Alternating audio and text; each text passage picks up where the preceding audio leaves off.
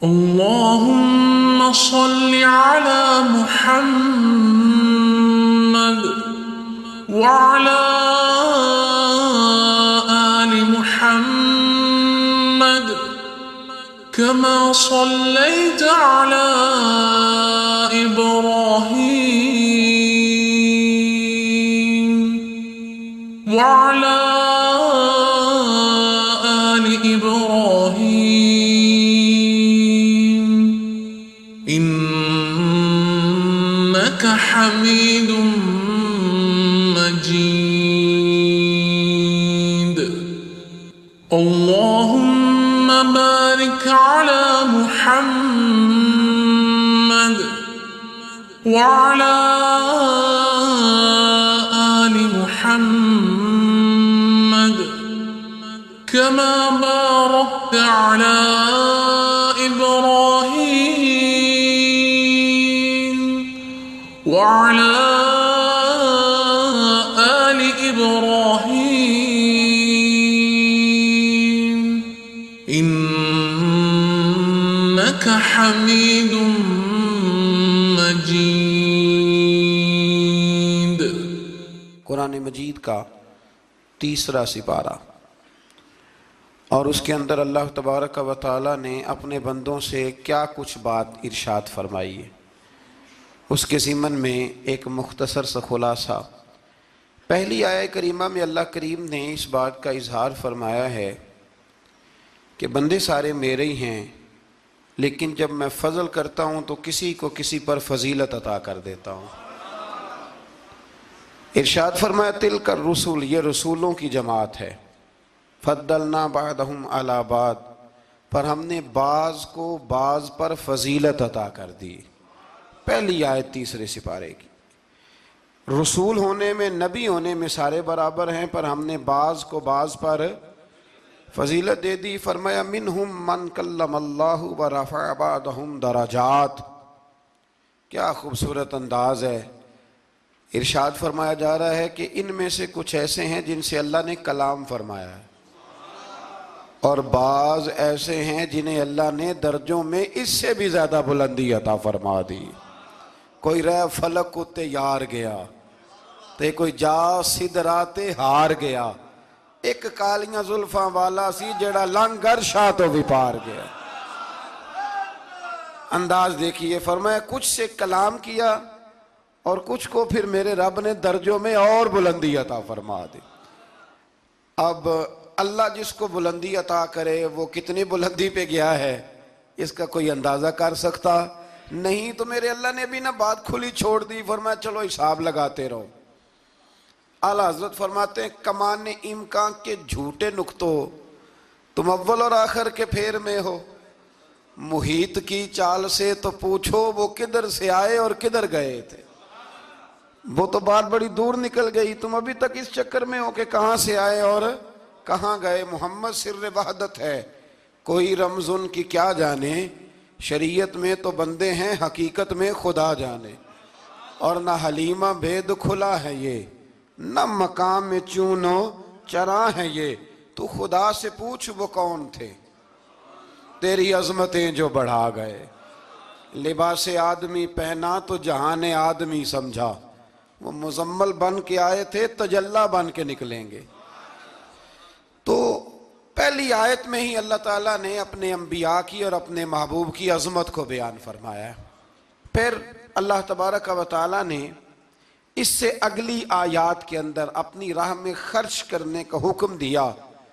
اور پھر آگے بڑھ کے نا اللہ تبارک و تعالیٰ نے اسی پارے میں وہ عظیم آیت ارشاد فرمائی جسے آیت الکرسی کہا جاتا ہے. آیت الکرسی میں اللہ تعالیٰ کی عظمتوں کا بیان ہے، شانوں کا بیان ہے، بلندیوں کا بیان ہے، اور اس کے کمال اختیار اور کمالات کا بیان ہے. اور یہ وہ خوبصورت آیہ کریمہ ہے آیت الکرسی. یہ حدیث آپ نے آج رٹ لینی ہے، یہ رٹ لینی ہے آپ نے حدیث، اور اتنی پکی رٹنی ہے کہ میرا مشورہ ہے کہ بچوں کے کانوں میں بھی بتانی ہے کہ یہ کام بھولنا نہیں. نبی پاک علیہ السلام نے فرمایا جو ہر فرض نماز کے بعد آیت الکرسی پڑھے گا نا، وہ مرنے سے پہلے پہلے جنت میں اپنا مقام دیکھ لے گا. اب اس سے بڑی فضیلت کیا ہوگی کہ مرنے سے پہلے پہلے امام سیوطی علیہ رحمہ نے اس حدیث کو نقل فرمایا. اللہ کریم نے نا آیت الکرسی کے فوراً بعد ارشاد فرمایا لا اکراہ فی الدین، اس دین میں سختی کوئی نہیں. تو یا اللہ پھر کیا ہے؟ وہ جو کافر بڑا اعتراض کرتے ہیں نا کہ دین تلوار سے پھیلا ہے، تو دین ان لوگوں نے فوجوں کے ذریعے پھیلایا ہے. تو اللہ تبارک و تعالیٰ نے تیسرے پارے کی آیت نمبر 256 میں وضاحت فرما دی کہ دین میں کوئی جبر نہیں ہے. ہاں ہم نے صورتحال واضح کر دی ہے، حق بیان کر دیا ہے. اب جو بندہ انکار کرے گا اس حق کا وہ شیطان کے ساتھ ہے، اور جو ایمان لے آئے گا تو پھر اس نے ایک مضبوط چیز کو پکڑ لیا ہے، اور اس مضبوط چیز کو پکڑا ہے جس نے کبھی کھلنا نہیں ہے. فرمایا دین میں کوئی جبر نہیں، سختی نہیں. لیکن نا دل اللہ کے کنٹرول میں ہے نا سارے، تو اللہ اگر چاہے تو سارے کافروں سے کلمہ پڑھوا دے. لیکن رب فرماتا ہے میں تمہیں حق بتاؤں گا، مان لو گے تو جنت ہے، نہ مانو گے تو جہنم ہے. اس لیے جبر والی بات کوئی نہیں. آگے اللہ تعالیٰ نے نا اسی پارے میں ارشاد فرمایا کہ اے محبوب علم تر الی الذی حاج ابراہیم فی ربہ. یہ بھی ایک انوکھی فطرت ہے انسان کی جس کو اللہ تعالیٰ نے اس پارے میں بیان فرمایا. محبوب آپ نے اس شخص کی طرف نہیں دیکھا جو حضرت ابراہیم سے جھگڑا کر رہا تھا ان کے رب کے بارے میں؟ جھگڑا کیوں کر رہا تھا؟ ان آتاہ اللہ الملک، کیونکہ اللہ نے اسے ملک عطا فرمایا. اللہ نے بادشاہی دیا تو وہ اللہ کے معاملے میں جھگڑے کرنے لگ گیا. وہ کہتا ہے میں ہی رب ہوں. تو حضرت ابراہیم علیہ السلام نے فرمایا میرا رب تو وہ ہے جو زندہ کرتا اور مارتا ہے. تو بیوقوف نے دلیل کیا دی؟ نمرود کہنے لگا میں رب ہوں، تو فرمایا میرا رب وہ ہے جو زندہ کرتا اور مارتا ہے. تو کہتا ہے میں بھی زندہ کرتا ہوں مارتا ہوں. دلیل کیا ہے؟ ایک سزائے موت کا قیدی منگایا اور حضرت ابراہیم علیہ السلام کے سامنے کہنے لگا بھی تمہاری سزا کیا تھی؟ وہ کہنے لگا کل پرسوں پھانسی ہونے والی تھی. کہنے لگا جاؤ تم آزاد ہو. کہنے لگا دیکھ لو میں نے زندگی دے دی نا، حالانکہ یہ پرسوں مر جاتا. اور ایک بے گناہ کو پکڑا، تلوار ماری اور قتل کر دیا. کہنے لگا دیکھو میں بھی تو زندگی اور موت دیتا ہوں. اب حضرت ابراہیم اس کی اس دلیل پر اعتراض کر سکتے تھے. آپ نے خاص غور کرنا ہے بات پہ. اعتراض کر سکتے کہ تو پاگل ہے، زندگی تو یہ ہے نا کہ جس کو تلوار سے مارا ہے اسے اٹھا کے دکھا. یہ اعتراض ہو سکتا تھا. لیکن جب کوئی بیوقوفوں جیسی دلیل دے نا، تو علم مناظرہ کا اصول یہ ہے کہ پھر اسے اس کی زبان میں جواب دیا جاتا ہے. پھر اسے یعنی پھر اس کو یہ نہیں آپ کہیں گے کہ یہ تو نے کیا کیا. اب جس طرح کا منہ ہوگا تھپڑ بھی، یہ بزرگوں کی مثالیں ہیں نا. تو اس نے کہا جی دیکھو میں نے بھی بندہ ایک زندہ کر دیا ایک مار دیا ہے. اب یہ اس کی بیوقوفوں جیسی دلیل تھی، لیکن چونکہ بندہ ہی بیوقوف تھا تو اس کی اس کو سمجھ نہیں آنی تھی. تو حضرت ابراہیم نے دلیل بدل لی اور آپ فرمانے لگے چلو پھر اگر یہی بات ہے تو میرا رب وہ ہے جو سورج کو مشرق سے نکالتا ہے اور مغرب میں غروب کرتا ہے. تو اگر رب ہے نا تو اس طرح کر فاتی بہا من المغرب، تو اسے مغرب سے نکال. چل یہ تو نے زندہ مردہ کر کے دکھا دیا نا، تو مغرب سے نکال. فبہت الذی کفر، تو کافر پریشان ہو گیا اس لیے کہ وہاں سے نکال سکتا نہیں تھا. تو جب آپ کسی سے گفتگو کرتے ہیں نا تو الجھے نہیں، بات ایسی کریں جس کا کوئی جواب موجود نہ ہو. یہاں مفسرین نے ایک بڑی شاندار بات لکھی ہے. مفسرین کہتے ہیں کہ اگر وہ یہ کہہ دیتا نا یہاں پہ، کیونکہ بیوقوف تھا نا کہہ نہیں سکا، اگر کہہ دیتا نا کہ مشرق سے تو میں نکالتا ہوں، تو آپ اپنے رب سے کہیں وہ مغرب سے نکالے. تو مفسرین کہتے ہیں اگر حضرت ابراہیم فرما دیتے نا تو رب کریم نے سورج مغرب سے بھی نکال دینا تھا. لیکن فبہت الذی کفر، وہ یہیں پہ نہ رہ گیا. اللہ کے بندے ہیں نا. امام اعظم ابو حنیفہ رحمت اللہ علیہ کے سامنے ایک دہری آ گیا. وہ کہتا تھا کہ ساری مخلوق خود بخود بنی ہے. تو امام صاحب نے بھی علم مناظرہ کے ساتھ اس کے ساتھ گفتگو کی. وہ کہنے لگا جی خود بن گیا سارا کچھ. تو امام صاحب کہنے لگے چل چھوڑ، کل بات کریں گے تیرے ساتھ. وہ کل دوبارہ آیا تو امام اعظم دریا کے کنارے کھڑے تھے. کہنے لگا امام صاحب بڑے پریشان کھڑے ہو؟ تو آپ فرمانے لگے پریشان اس لیے ہوں کہ میں نے عجیب ہی نظارہ دیکھا ہے. ابھی ابھی ایک درخت خود بخود کٹا ہے اور خود بخود اس کے تختے بن گئے، خود بخود رندا چلا ہے، خود بخود کشتی بن گئی ہے، خود بخود دریا میں اتری ہے، اور خود بخود کچھ بندوں کو ادھر لے کے آنے لگ گئی ہے، کچھ کو یہاں سے ادھر لے کے جانے لگ گئی ہے، سارا کچھ خود. وہ کہنے لگا حضور سیانے بیانے بندے ہیں، کبھی کشتی بھی خود بخود بنی ہے، کبھی بندے خود بخود ادھر سے ادھر بھی گئے ہیں. آپ فرمانے لگے کشتی خود بخود نہیں بن سکتی تو اتنی بڑی کائنات خود بخود کیسے بن گئی؟ اور اگر بندے ادھر سے ادھر خود بخود نہیں آ سکتے تو بتا یہ سورج اور چاند خود بخود ادھر سے ادھر کیسے روز چلے جاتے ہیں؟ تھوڑی دیر چپ رہا، پھر آ کے امام اعظم کے ہاتھ چومے اور کہنے لگا آپ نے تو کمال کر دیا، میرا ذہن صاف ہو گیا، مجھے کلمہ پڑھائیں، میں بھی مدینے والے محبوب کا غلام بن جاتا. تو پکی دلیلوں کے ساتھ گفتگو کرتا ہے قرآن پاک، پکی دلیلیں. یہ آیت سبق یہ دیتی ہے کہ آپ کسی سے بات کریں تو، اب چونکہ سپارہ لمبا ہے بات رہ نہ جائے، پر یہ مضمون اتنا شاندار ہے کہ میرا یہاں رکنے کو دل کرتا ہے. وہ ہمارا نظریہ یہ ہے کہ امام کے پیچھے سورۃ فاتحہ نہیں پڑھنی، اگرچہ جو پڑھتے ہیں اس پر کوئی سخت فتویٰ نہیں ہم دیتے، بعض آئمہ پڑھتے ہیں، لیکن سمجھانے کے لیے. امام اعظم ابو حنیفہ رحمۃ اللہ علیہ کی رائے ہے کہ امام کے پیچھے سورۃ فاتحہ نہیں پڑھنی. ہمارے پاس دلیل ہے، قرآن کہتا ہے جب قرآن پڑھا جائے تو خاموشی سے سنو، اور حضور کا فرمان موجود ہے مصنف ابن ابی شیبہ میں کہ امام کی قرات ہی مقتدی کی قرات ہے. بزرگ کہتے ہیں کہ دلیل اس طرح کی دو کہ سامنے والے کے ذہن تک بات پوری اتر جائے، آپ اسے سمجھا پائیں. امام صاحب نے جب یہ بات ارشاد فرمائی تو کچھ لوگ آپ سے مناظرہ کرنے آ گئے، 15-20 لوگ تھے. ایک ادھر سے بولتا پڑھنی چاہیے صورت امام کے پیچھے، ایک ادھر سے بولتا پڑھنی چاہیے، ایک ادھر سے بولتا. تو امام اعظم ابو حنیفہ فرمانے لگے تم سارے پڑھے لکھے لوگ ہو، یہ گفتگو کا طریقہ ہے؟ اس طرح بات کرتے ہیں کسی کے سامنے؟ میں اکیلا ہوں اور تم 15 لوگ ہو، کوئی ادھر سے بولتا ہے کوئی ادھر سے بولتا ہے، طریقہ کرو کوئی بات کا. وہ چپ کر گئے، کہنے لگے ویسے ٹھیک تو ہے، ہم تو غیر مہذب ہو گئے. تو امام صاحب کہنے لگے ایک بندے کو منتخب کرو، وہ میرے سامنے آئے. انہوں نے ایک بندہ منتخب کر لیا. وہ کہنے لگا جناب یہ ہمارا نمائندہ ہے، یہ اگر جیت گیا تو ہم سارے جیت گئے، یہ اگر ہار گیا تو ہم سارے. تو امام صاحب کہنے لگے کیوں منتخب کیا؟ کہنے لگے جی سارے بولیں گے تو سمجھ نہیں نہ آئے گی کوئی کیا کہہ رہا ہے، کوئی کیا کہہ رہا ہے، کوئی کہاں ہے کوئی کہاں ہے. تو امام صاحب کہنے لگے میرا بھی مسئلہ یہی ہے، ایک الحمدللہ رب العالمین پہ ہے اور دوسرا صراط الذین انعمت علیہم پہ ہے. تو میں بھی کہہ رہا ہوں کہ جو امام آگے لگا لیا نا اس پر اعتبار کرو، اس پر اعتبار کرو. تو دلیل وہ دیں کہ جو دلیل سامنے والے کے ذہن میں اتر جائے. چلیں جی تھوڑا آگے چلتے ہیں.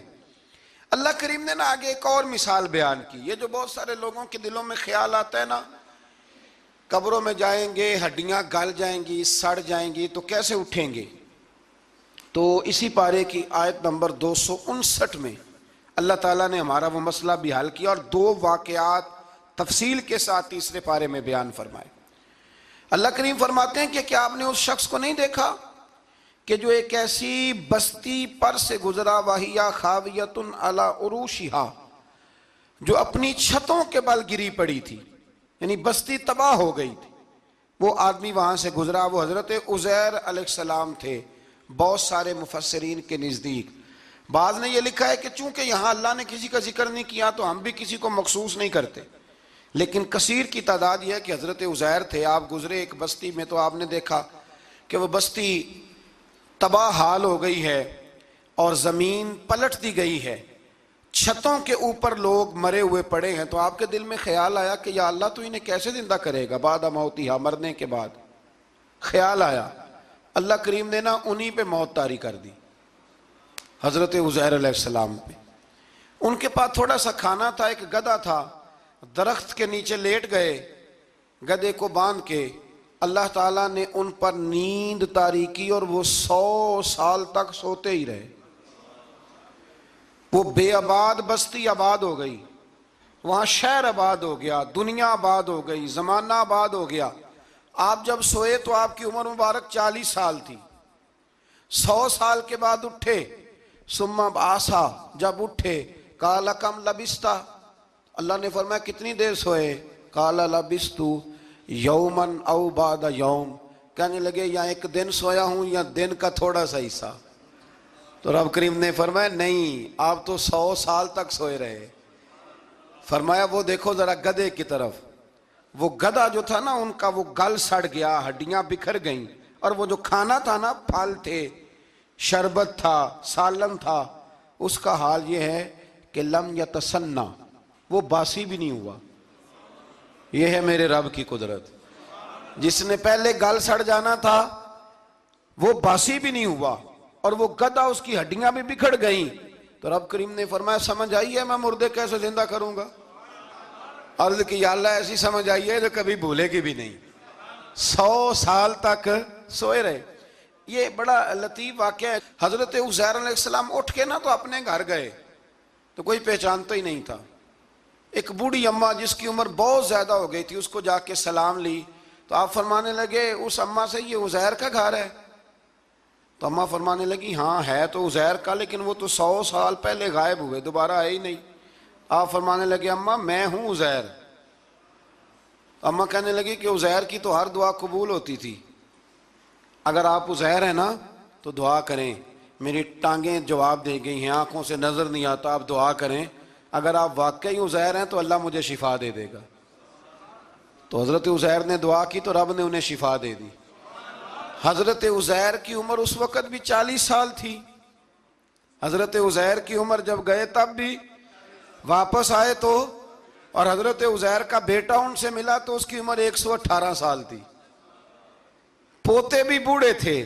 لوگوں نے حضرت عزیر علیہ السلام سے کہا یہ کیا ہے؟ فرمانے لگے یہ میرے اللہ کی قدرت ہے، یہ میرے رب کی قدرت ہے۔ آج بھی آپ دیکھ لیں کہ کچھ لوگوں کے بال ساری زندگی سفید نہیں ہوتے، اور کچھ 17 سال کے 16 سال کے نوجوان ہیں تو سارا سال ان کا سفید ہو جاتا ہے۔ علامات وہ آ جاتی ہیں جو بوڑھوں میں ہوتی ہیں۔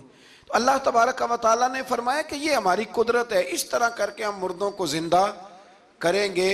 جب مومن قبروں سے اٹھیں گے نا، مومن آنکھ کھلے گی تو کہیں گے سویرا ہو گیا، جیسے ابھی سوئے تھے نا، کہیں گے دن چڑھ گیا، تو اللہ فرمائے گے ہاں دن بھی چڑھ گیا ہے اور رب رسول کے دیدار کا نظارہ بھی تمہیں دیا جائے گا۔ اٹھو، بڑی شاندار صبح ہوئی ہے۔ اور کافر جب اٹھے گا تو کہے گا اوہو اب میرے لیے کیا نئی سزا ہے۔ تو اس سے بالکل آگے متصل حضرت ابراہیم علیہ السلام کا وہ واقعہ اسی پارے میں ذکر کیا گیا ہے۔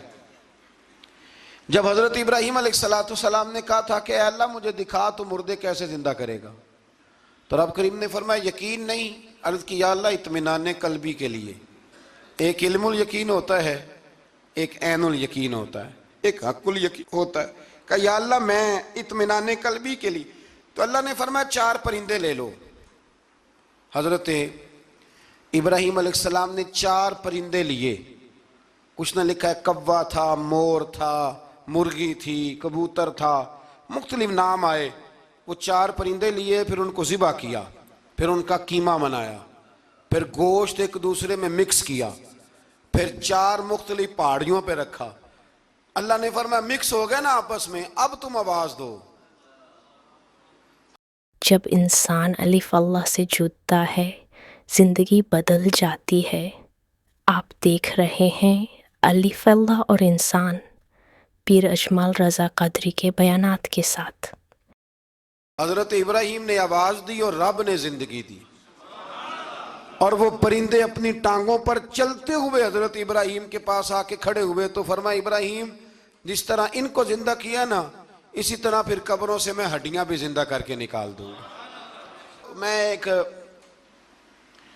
فلسفی کو پڑھ رہا تھا، یہ ہمارے جدید دور کے فلسفی بڑے عجیب باتیں کرتے ہیں۔ وہ کہتے ہیں جی ہوا ایسی چلتی ہے کہ انسان قبر میں ہوتا ہے تو ہڈیاں گل سڑ جاتی ہیں تو کوئی بھی نہیں بچتا، اور پھر آپ کہتے ہیں کہ کچھ کو عذاب ہوتا ہے کچھ کو ثواب ہوتا ہے۔ تو قبر کے اندر جب مردے چلے گئے تو آپ یہ بھی کہتے ہیں بعض لوگ کہ ایک قبر سے 70 اٹھیں گے تو ایک کو عذاب ہو رہا ہے ایک کو ثواب ہو رہا ہے، یہ کیا ماجرا ہے؟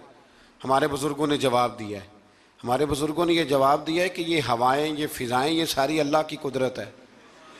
ہر آدمی کو ٹھنڈ لگ جاتی ہے سردیوں کے موسم میں، میں نے کچھ ایسے بندے دیکھے ہیں، بلکہ کوئی مجھے کہے گا تو میں دکھا دوں گا، ساری سردیاں سویٹر نہیں پہنتے، پھر فوت ہو جاتے ہیں. اور کئیوں نے 6 پہنے ہوتے ہیں، پھر بھی دانت کے ساتھ دانت بج رہا ہوتا ہے.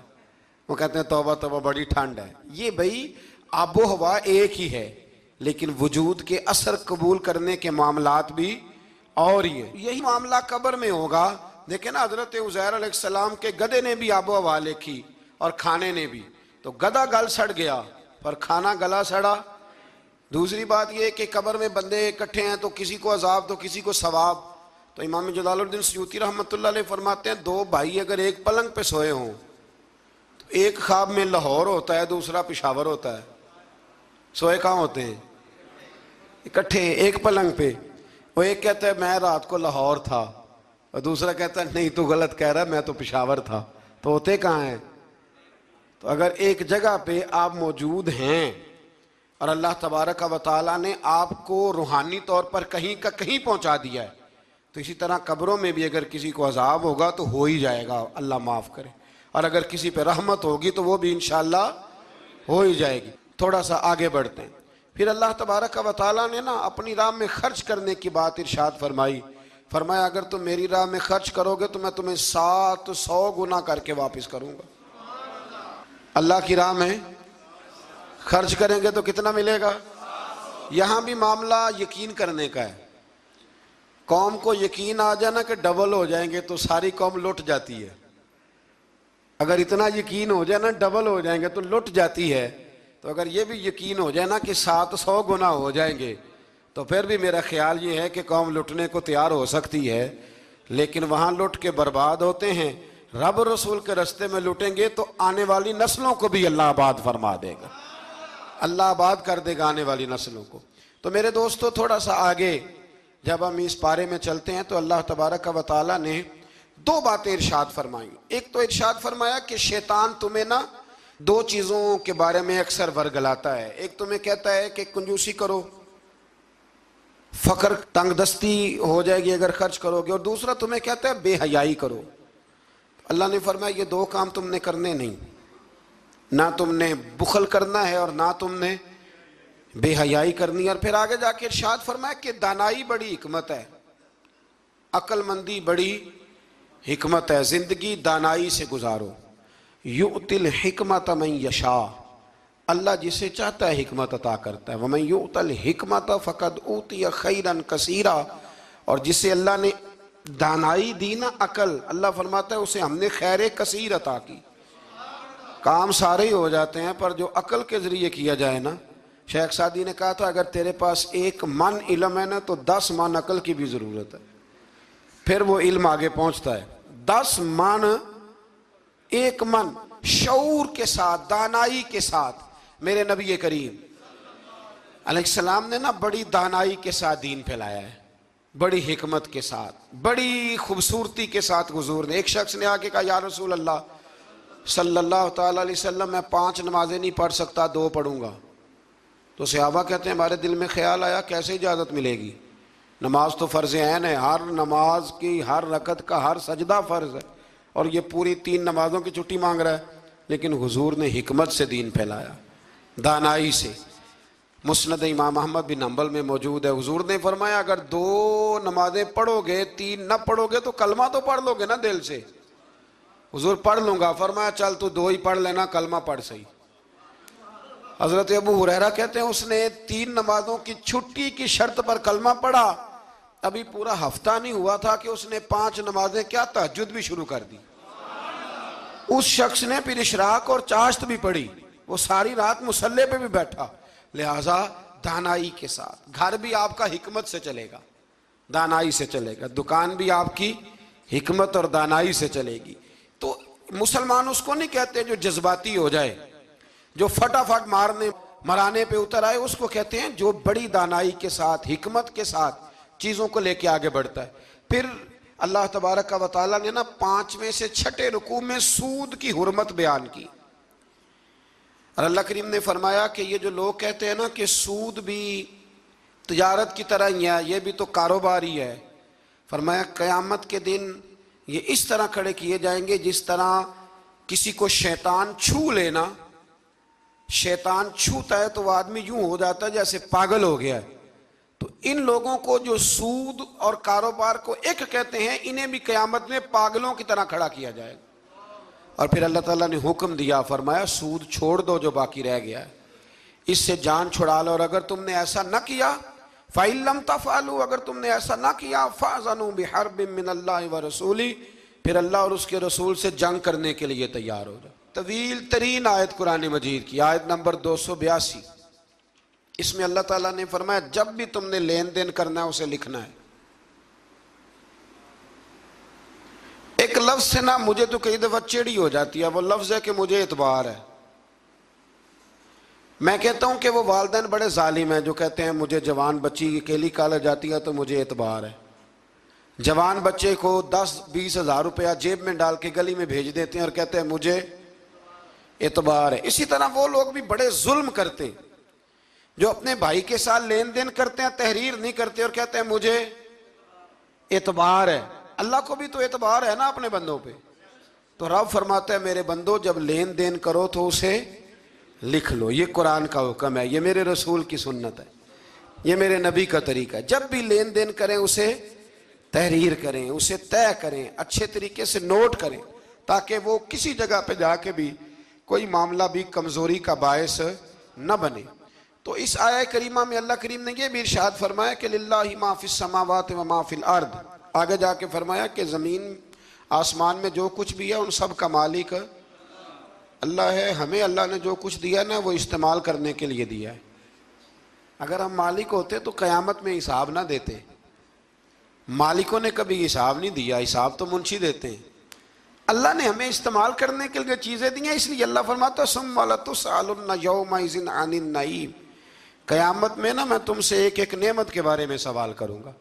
تو یہ ساری امانتیں ہیں اللہ کی. جتنا کچھ ہمارے پاس ہے، وہ کوئی بھی صلاحیت ہو، کوئی بھی قوت ہو، تو اس کو صحیح صحیح استعمال کریں امانت کو. پھر میرے عزیز اللہ تبارک و تعالیٰ نے نا اس سورہ مبارکہ کے آخر میں ہمیں ایک دعا سکھائی ہے. وہ بڑی شاندار دعا ہے، ہر چیز طلب کرتی ہے کہ اس کو پڑھا جائے، دیکھا جائے، پر اس دعا کے آخری لفظ یہ ہیں واعف عنا، اللہ ہم سے درگزر فرما. اور آخری لفظ یہ ہیں کہ واغفر لنا، اللہ ہمیں بخش دے، وارحمنا، اور اللہ ہم پہ رحم فرما. اس لیے کہ انت مولانا، تو ہی ہمارا مددگار ہے. فانصرنا علی القوم الکافرین، اللہ کافروں کے مقابلے ہمیں ہماری مدد فرما. تو پھر آگے سورہ آل عمران شروع ہوتی ہے. سورہ آل عمران کے بالکل ابتدا میں اللہ کریم نے فرمایا کہ قرآن پاک میں 2 قسم کی آیات ہیں.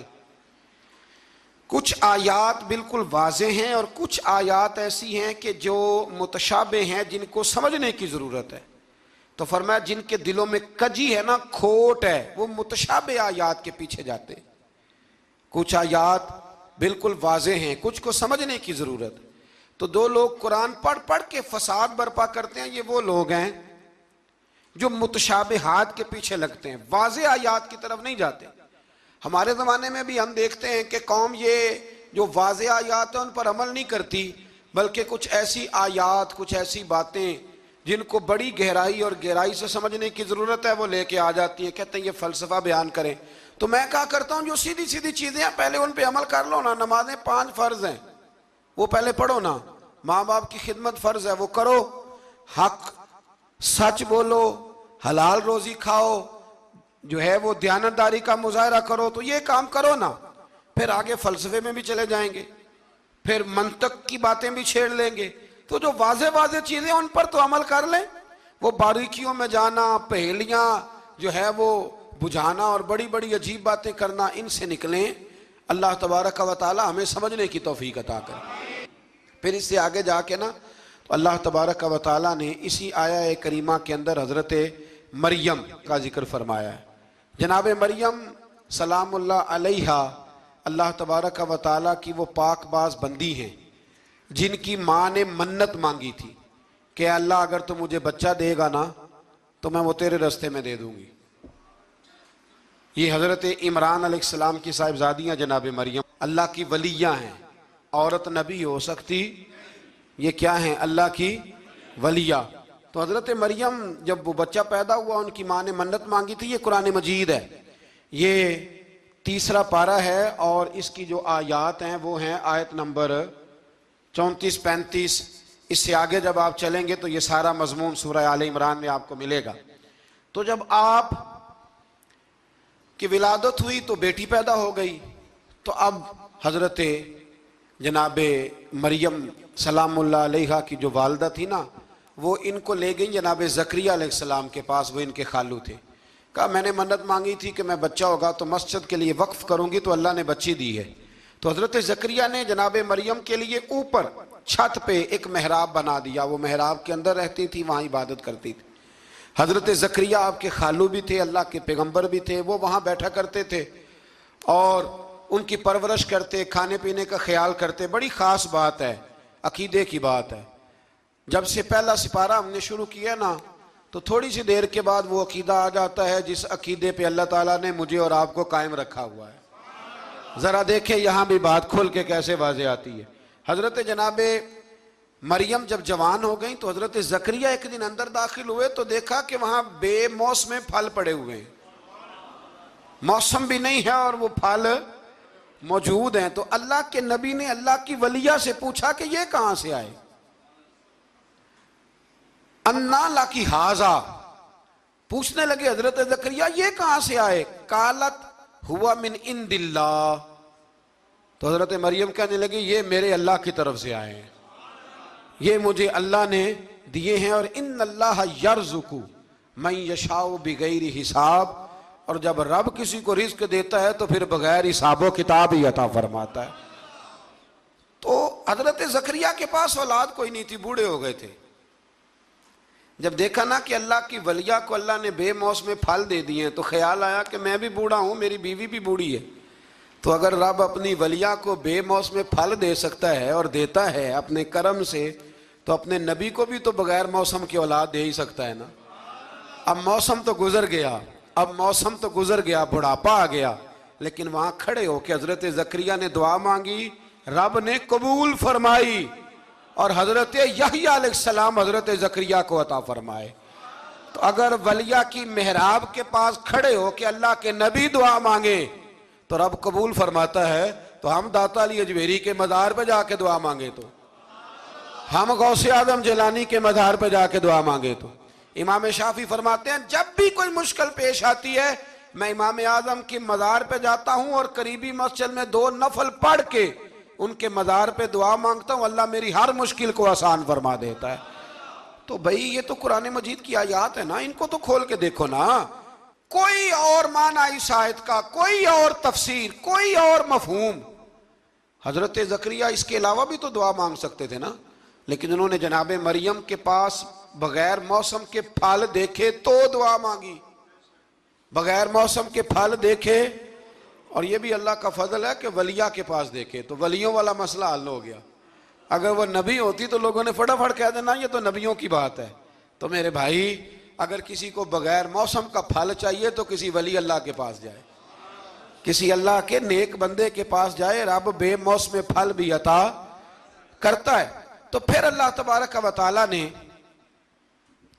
آگے جا کے نہیں آیات میں ارشاد فرمایا کہ ہم نے جناب مریم کو بغیر شادی کے بیٹا بھی عطا کیا, اور بیٹا بھی وہ عطا کیا کہ جو اللہ کے نبی ہیں, اور بیٹا بھی وہ دیا جنہوں نے پنگھوڑے میں باتیں کرنی شروع کر. یہ میری خواہش ہے کہ یہ آیتیں آپ نے ضرور پڑھنی ہیں. یہ آیت نمبر 39 اور 40, انہی پر میں بھی بات ختم کر رہا ہوں.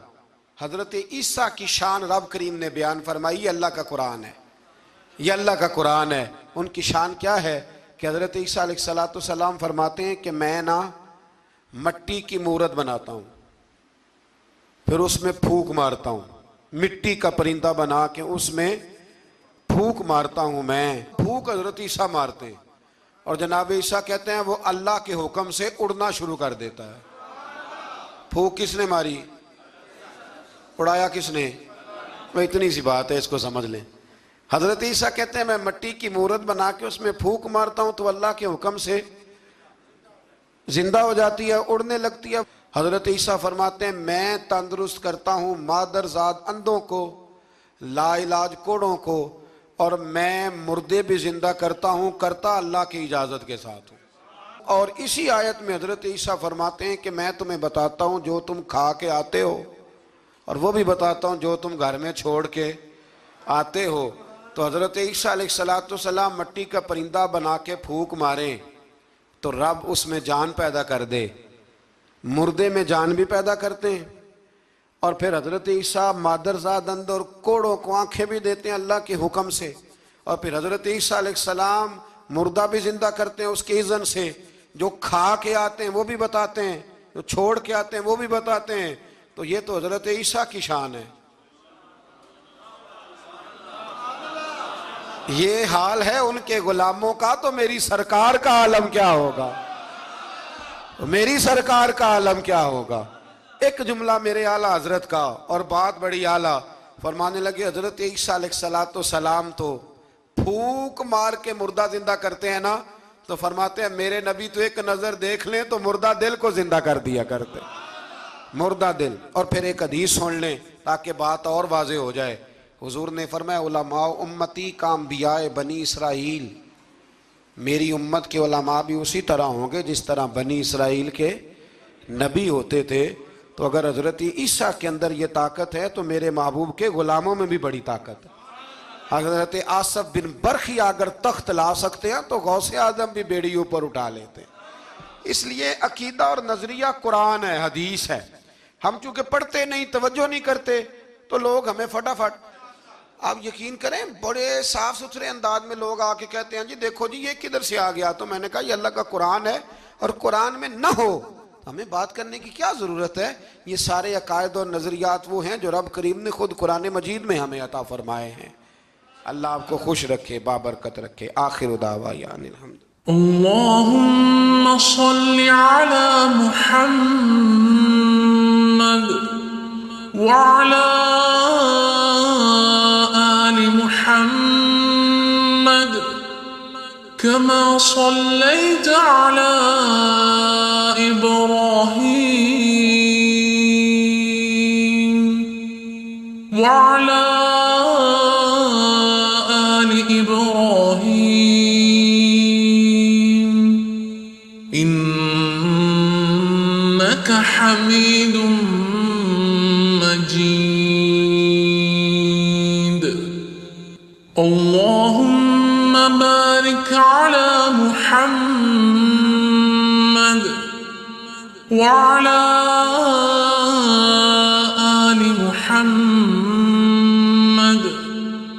كما باركت على إبراهيم وعلى آل إبراهيم إنك حميد